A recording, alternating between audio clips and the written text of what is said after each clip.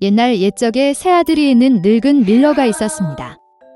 밀러가 죽었을 때 그는 아들에게 당나귀 고양이를 남겨두었습니다. 노인은 방앗간을, 두 번째는 당나귀를 얻었지만 어린아이는 고양이를 가져가야 했습니다. 형들은 그를 비웃었지만 고양이는 그에게 부츠와 가방을 주면 동생을 부자로 만들겠다고 약속했습니다. 주인은 깜짝 놀랐지만 고양이의 부탁을 들어주었다.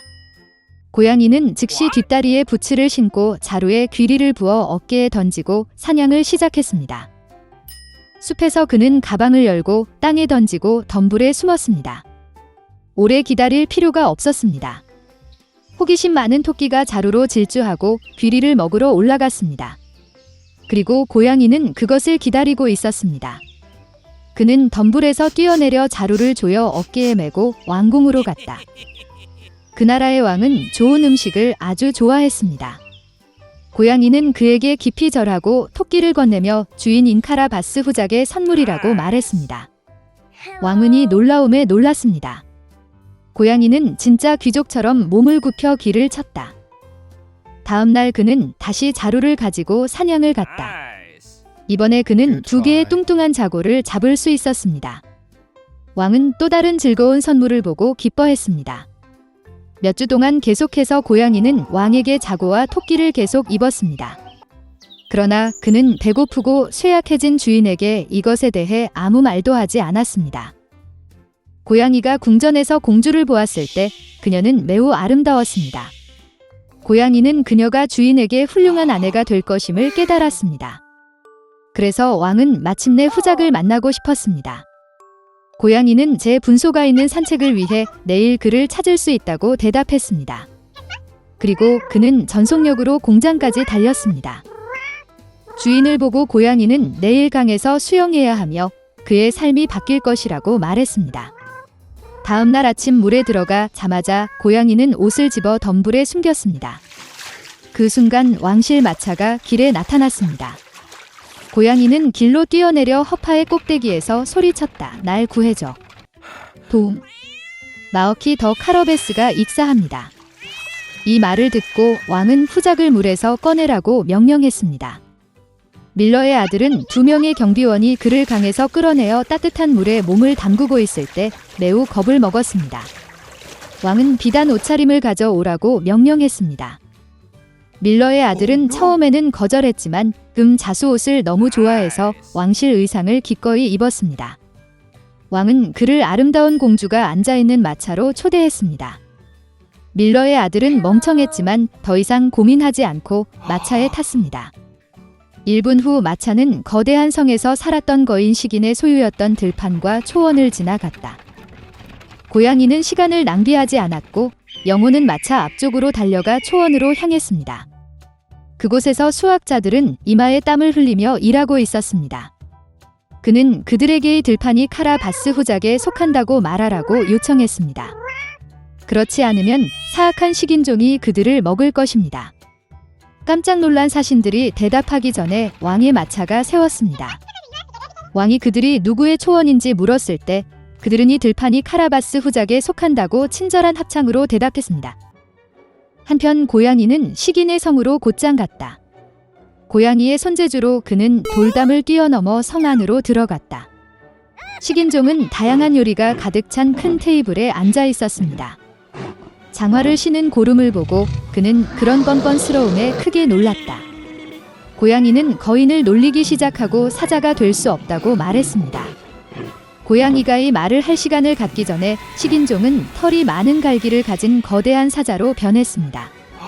고양이의 영혼은 두려움 때문에 그의 부츠에 들어갔지만 그는 그것을 극복하고 식인종은 결코 쥐로 변할 수 없다고 말했습니다. 끔찍한 사자가 사라지고 그 자리에 작은 쥐가 나타났습니다.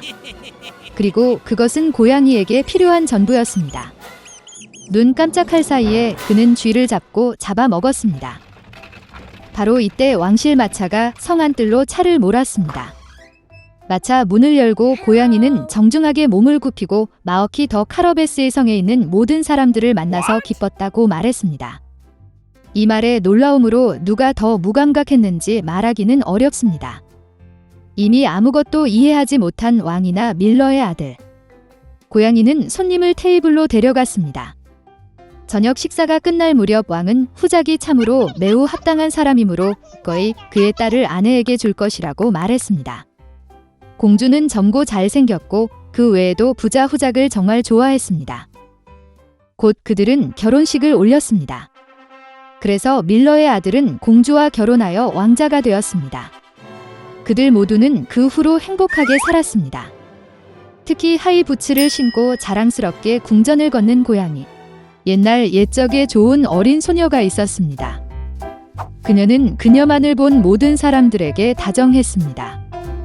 그러나 그녀는 사랑하는 손녀에게 무엇을 줄지조차 몰랐던 할머니에게 가장 사랑스럽고 소중한 사람이었습니다.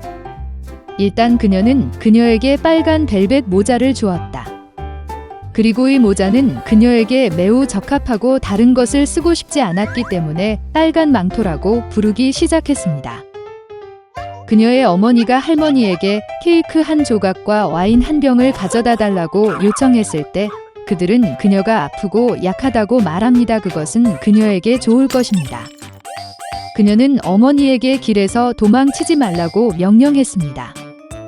그렇지 않으면 그녀는 떨어져서 병을 부수고 할머니는 아무것도 얻지 못할 것입니다.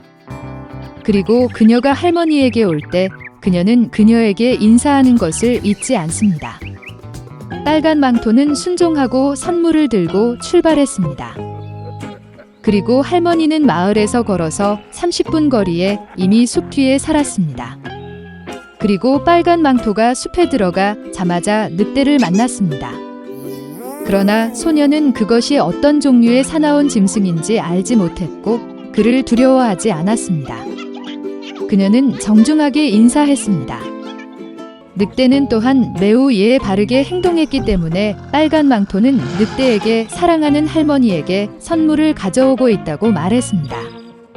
그리고 할머니 댁에 가는 방법을 이야기하는 동안 늑대는 노파뿐만 아니라 예쁜 여자도 어떻게 먹을 수 있는지 스스로 생각했습니다. 그리고 늑대는 빨간 망토에게 아름다운 꽃이 가득한 거대한 초원을 보여줄 생각을 했습니다. 빨간 망토는 많은 멋진 꽃을 보며 할머니에게 신선한 꽃을 가져다 주는 것이 좋을 것이라고 생각했습니다. 네, 길에서 멀리 도망쳐 꽃을 모으기 시작했습니다. 그녀가 꽃 한 송이를 조금 골라서 다른 꽃이 손짓하는 대로 놨고 그 후에 달릴 것입니다. 그래서 그것은 숲의 깊숙한 곳으로 더 멀리 갔다. 그리고 늑대는 곧장 할머니 집으로 달려가 문을 두드렸습니다. 할머니는 거기 누구냐고 물었다. 그리고 늑대는 파이와 와인을 가져다 준 사람이 빨간 망토라고 야는 목소리로 대답했다. 노파는 믿고 걸쇠를 누르고 들어가라고 명령했습니다. 늑대가 걸쇠를 누르고 문이 열리고 할머니의 오두막으로 달려갔습니다. 나는 할머니의 침대로 달려가 즉시 삼켰다. 그런 다음 그는 할머니의 드레스와 모자를 머리에 쓰고 잠자리에 들고 기다렸습니다. 그러는 동안 빨간 망토는 달려가 꽃을 쫓아다녔고 꽃을 챙길 수 있는 만큼 꽃을 모았을 때 다시 할머니에 대해 생각하고 집으로 갔다. 그녀는 문이 활짝 열려 있다는 사실에 매우 놀랐고 그녀가 방에 들어갔을 때 할머니에게 외쳤다. 대답이 없었다. 손녀가 침대로 올라와서 보았습니다. 할머니는 누워 있으셨고 그녀는 코에 모자를 씌웠습니다. 빨간 망토는 할머니가 왜 그렇게 큰 귀를 가졌는지 당황하게 물었다. 그리고 늑대는 할머니의 목소리로 대답했습니다. 그러자 빨간 망토는 할머니가 왜 그렇게 큰 눈을 가졌는지 물었습니다. 당신을 더 잘 보기 위해 늑대가 대답했습니다. 그리고 팔이 너무 커서 잡기 쉽습니다. 그리고 빨간 망토가 늑대의 입을 보고 할머니가 왜 그렇게 끔찍한 큰 입을 가졌는지 물었을 때 늑대가 그녀에게 쿵쿵 소리를 지르며 비명을 질렀습니다. 그리고 그가 담요 아래에서 튀어나와 가난한 소녀를 삼킨 방법. 이런 식으로 충분히 먹은 늑대는 다시 잠자리에 들고 잠이 들었고 가능한 한만이 코를 골기 시작했습니다. 그때 한 사냥꾼이 할머니 댁을 지나가고 있었는데 코골이 소리가 들리더니 할머니에게 무슨 일이 있었는지 궁금해했습니다. 그는 집에 들어가 침대로 가서 늑대가 그곳에서 자고 있는 것을 보았습니다. 그리고 그는 이 악당을 오랫동안 사냥해왔습니다.